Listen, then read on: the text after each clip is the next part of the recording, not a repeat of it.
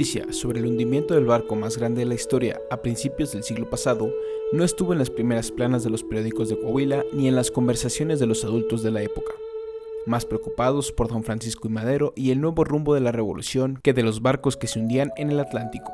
Solo en la casa de una familia parrense se supo del acontecimiento. Todavía no finalizaba abril de 1912, cuando don Rafael Aguirre y Jovita Benavides recibieron carta de su hijo Gustavo desde Bremen, Alemania. En el sobre, junto a la carta de su hijo, descubrieron un extraño mapa en el que se había dibujado un barquito en el centro de la ruta. La maestra Elvia, cronista de Parras, comentó que el barco alemán llegó a puerto el 24 de abril, pero antes de que Gustavo bajara del barco, lo alcanzó el capitán para hacerle obsequio.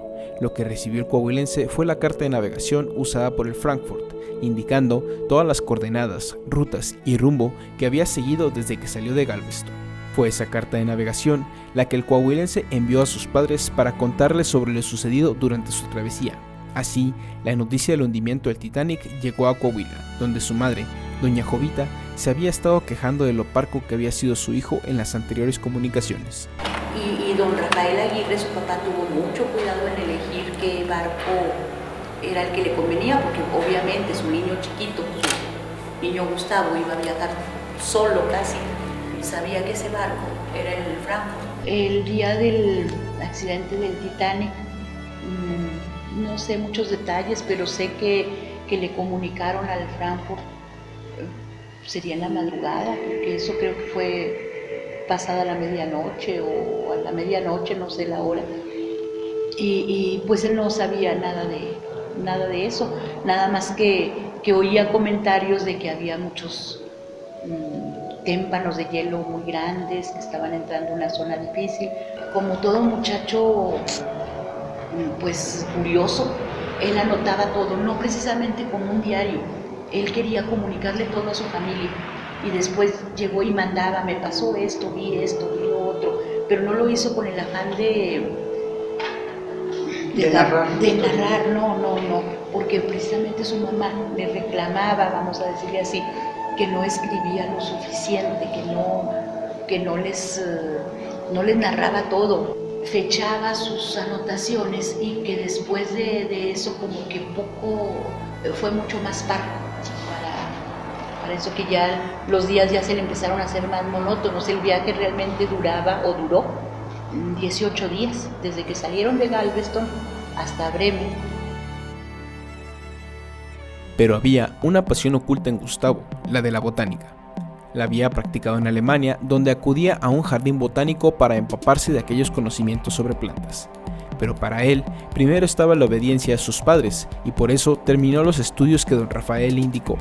Así, cuando volvió a México, comenzó a estudiar por su cuenta sobre esta disciplina. Viviendo en la Ciudad de México, le tocó vivir otra aventura. Un miércoles 10 de enero de 1980, se entera que en un acto vandálico, algunas personas habían rociado gasolina sobre el llamado Árbol de la Noche Triste, ubicado en Popotla.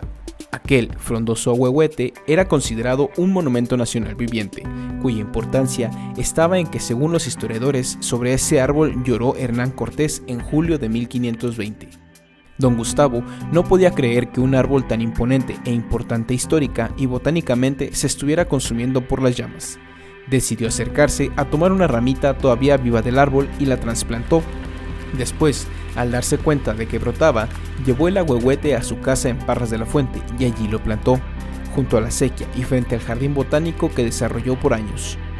Creo que existe ahí como restos y le pusieron ahí una cierta protección del lugar donde estuvo, pero el árbol en sí vivo, pues ese hijo o vástago ya es un árbol adulto y pues debe estar aquí desde el 60 más o menos.